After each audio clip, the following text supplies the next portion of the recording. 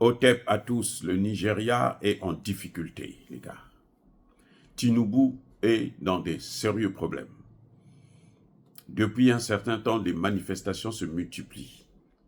Là, dans l'armée, les gens boudent. Les gens ne sont pas contents.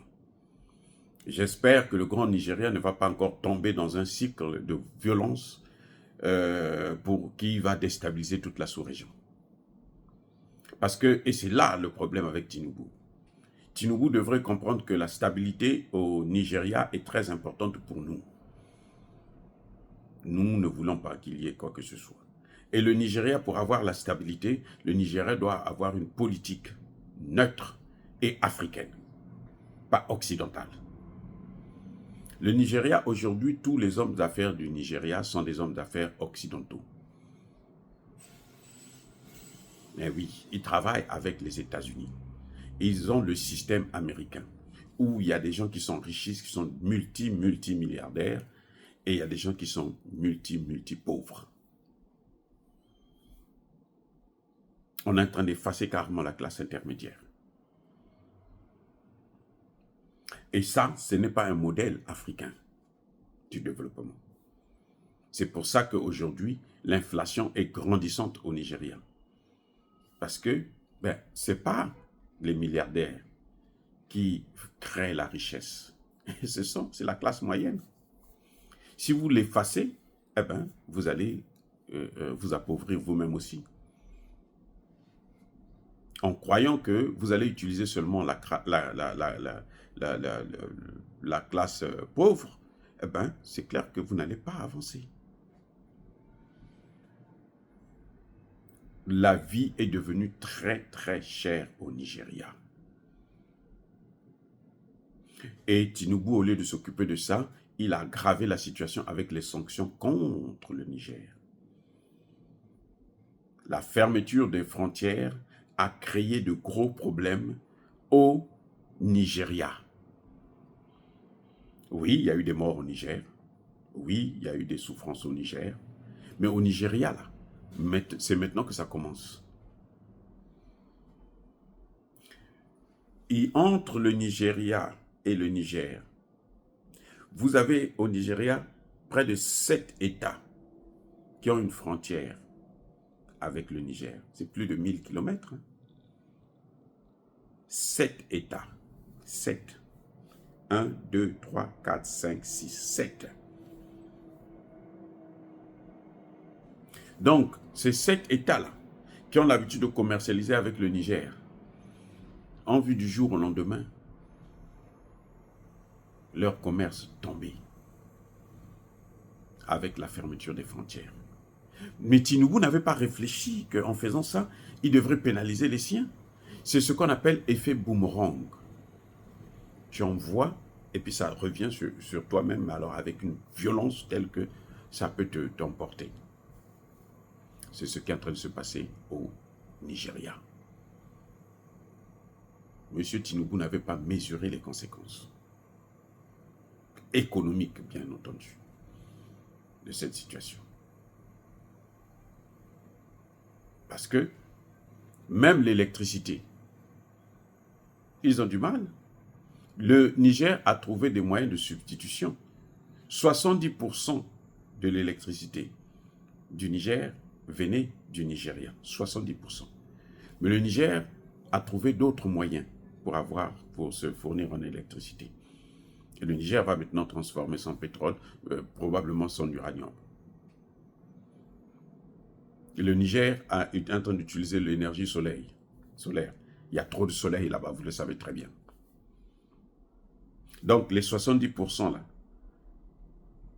que le Nigeria fournissait au Niger, qu'est-ce qu'il va faire de ça? Il est baisé. Eh bien, il s'est fait avoir dans son propre piège. C'est de l'énergie qu'il ne peut plus garder. C'est un manque à gagner. Il faut trouver un autre marché. Ce n'est pas évident d'en trouver un autre maintenant.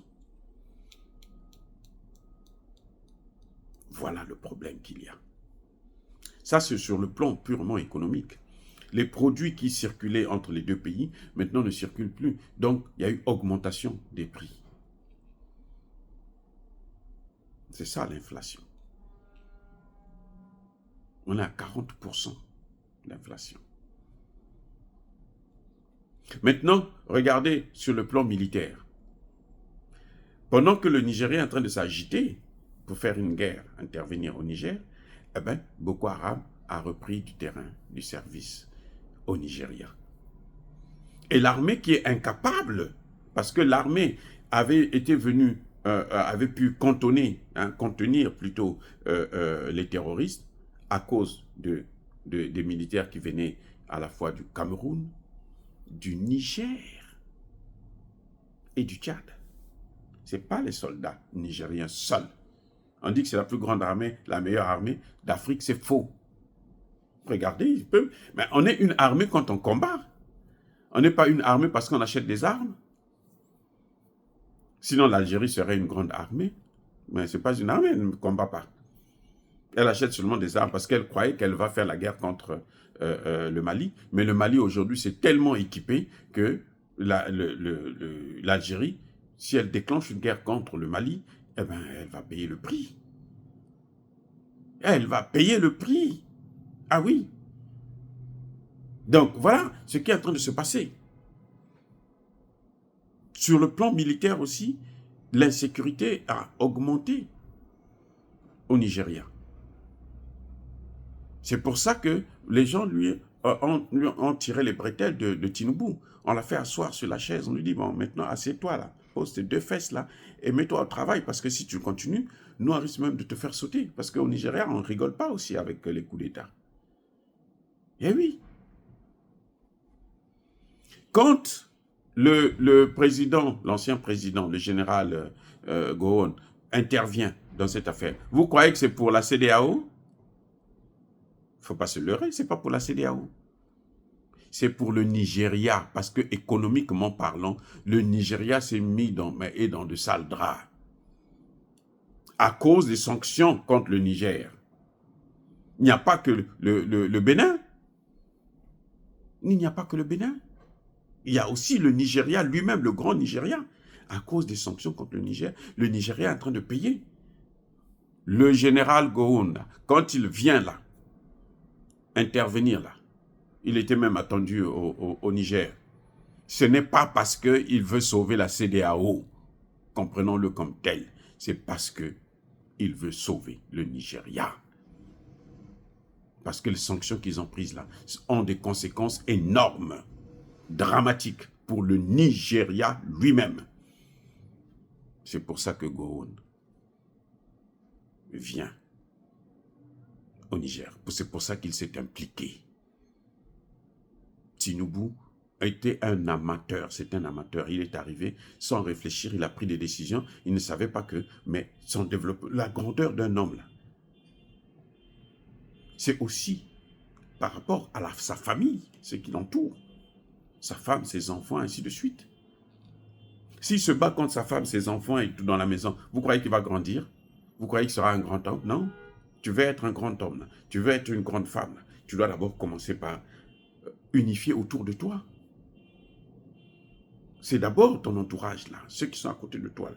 Parce que chacun de nous, Dieu nous a donné une mission.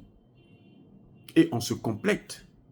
Si toi, tu te dis, bon, moi, je suis maintenant trop bien, les autres, là, je peux m'en foutre, eh bien, tu vas payer le prix. C'est ce que Tinubu est en train de payer le prix.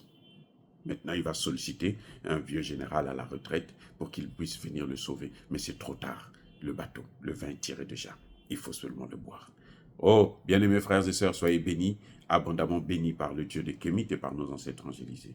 Mais que tous ceux qui persécutent le continent africain le pillent et le déstabilisent, qu'ils soient noirs, blancs, chinois, arabes, juifs, indiens ou qui qu'ils soient punis, maudits, foudroyés, neutralisés, écrasés, effacés par le Dieu des Kémites et par nos ancêtres angélisés. Vive l'Afrique éternelle, j'ai dit et j'assume.